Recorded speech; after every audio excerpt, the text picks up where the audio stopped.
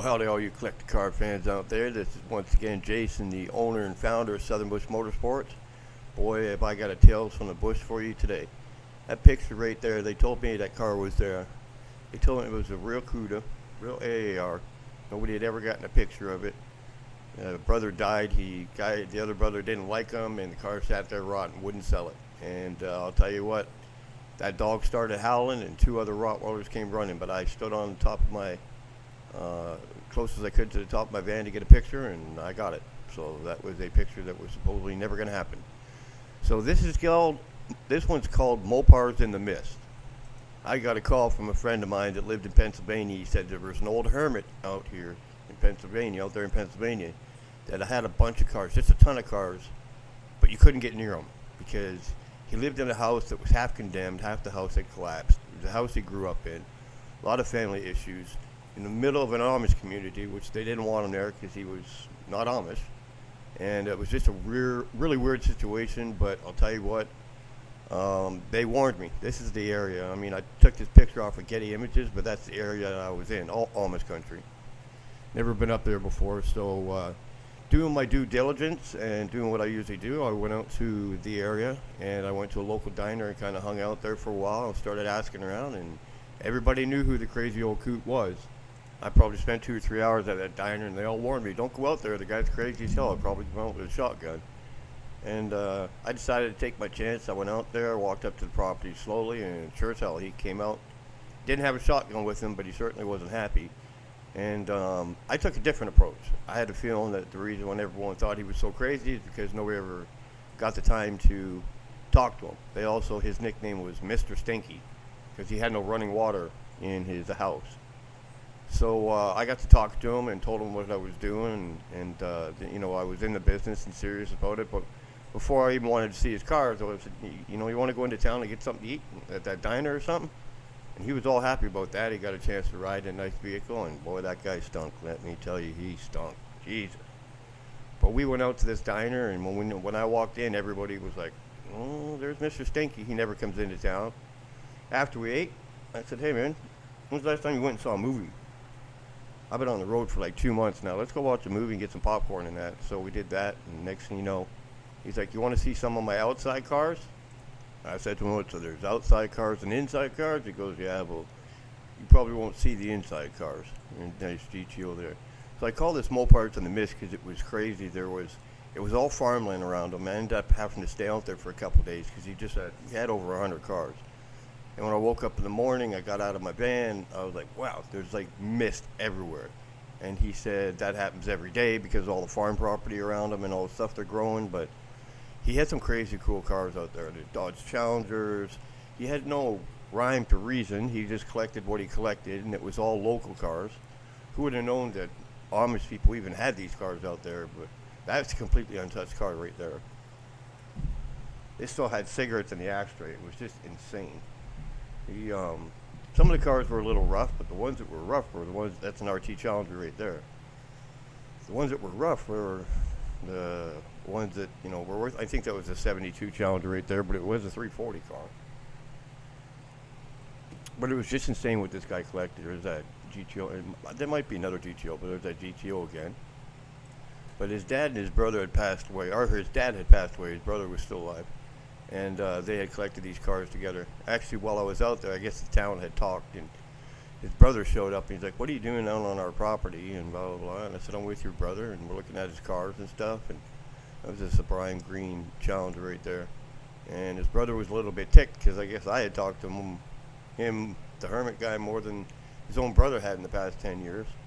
But look at that untouched car right there. That 72 340 Challenger again. But it was a weird property. It looks like that used to be a farm, and he had this big overhang where they used to keep hay. No super rare classic cars here or anything, but some cool stuff. There's just so much work trying to get near this guy and trying to get him to open up again. He wouldn't tell me where the other cars were, and there's a nice scar like there, and you can see trees are built up around it, and cars are buried, and they sunk into the dirt, and it was a mess out there. Cars have been sitting there for so long that there's him and his brother. It's crazy. That was such a long time ago. No super rare cars, but definitely pretty solid, complete cars out there, and it was 100% worth the trip. But there was just stuff all over the place. That was another RT Challenger. That was a 383 car, if I remember right. The cool thing about this guy is once I got to know him a little bit, you can't really see that, but I think that was a Roadrunner. Pretty sure that was a Roadrunner. There's that same Challenger. That wasn't an RT, but that one was a 383 car, if I remember right. There's such cool stuff out there. And it looks like a Challenger Perry. Look at all what that car. That's called kudzu. It was brought over from Japan back in the early 1900s and kind of took over the United States. And it just wraps itself around everything. It's really bad up in Pennsylvania. And as you can see, it just wraps itself around the cars. So in a minute here, we're going to get into some of the cars that were in the overhang. He wasn't excited about me taking pictures in there. He didn't say I couldn't, but he just wasn't really excited about me taking pictures because he's a pretty private person, and he never sold any of the cars. But when it got down to it, I could get him to finally sell a few of the cars, and I did get a few off here. But I was the first one into this property. He told me I was the first one that had ever actually come and spent some time with him. And he ran everybody off. He didn't let anybody else take pictures of cars or buy any cars because they were all just out there to cars when all you had to do was just talk to this guy. Look at that baby right there, buried in kudzu. So really the biggest thing is this guy wouldn't let anyone around because nobody really wanted to talk to him. They just, when somebody heard about the cars, you couldn't see them from the road. They were way, way back on this guy's property. So somebody would have had to have told you about these cars. Look at that big old monster right there, completely untouched. The original hubcaps were still on that thing. I wanted that thing. I just didn't have a purpose for it, and my trailer couldn't haul it. There's a guy that was checking his mail. I happened to walk out on the street just so I could check out the area, and he didn't like me standing there in the middle of his neighborhood. Check that car out. That was across the street. The old hermit said, don't even bother going to SS396. Been sitting there since 1978. Now we're getting into the overhang. I finally got him to let me get in there. It's a 69 Charger. This overhang was massive. It's a 7340 Challenger Sublime Green. And it was funny because when I was looking at this car, I opened up the door of the car and I'm like, what's that on the floor? And he goes, oh, that's Speckles. I was wondering where that cat went. He said, I lost that cat probably 5 years ago. And it turned out that it crawled up through the hole in the floor and its collar got stuck, and, well, good old Speckles didn't make it. But it was an untouched car. There was nothing done to that car, but it was rough. It was really, really rough. Like, it was savable, but you would definitely need some deep pockets to save that one. Look at that Barracuda sitting right beside it. There was old Speckles' bones right there. I mean, I hate to see that happened to a cat, but wow, yeah, that was his cat. Yeah, it was kind of gross seeing that old cat carcass. You can see, car's completely untouched. Nothing been done to it. He didn't really have stories for any of the cars out there. They were just out there. And like I said, he was a little weird about me taking pictures inside of this overhang building. It looked like one of those buildings that you would store hay in. But, you know, it was a real 340 car, and everything was there. There was a lot of cars out there, the Chargers, there were probably about 10 Chargers out there. But, you know, it was really tough getting close to this guy and getting him to open up. He said there was more cars, and if I came back, he'd, you know, let me see them. Look in the background there. You see those cars back there? Tractors and all that? It was so hard to get pictures, but, you know, I did what I could. But for some reason, this car was so bloody crusty. Rusty crusty. He had some crazy cool cars out there. There was actually a Judge out there, a 69 GTO Judge, but he wouldn't let me take pictures of that. I didn't really get any insight if there was a story behind it or not, but the reason I'm showing a lot of these pictures of this Challenger is because it was the only one he had no problem with me taking pictures of. And it was the weirdest thing, but you know how rough that is. But completely untouched. One of the biggest problems on here was mice. Mice or rats, whatever you want to call them.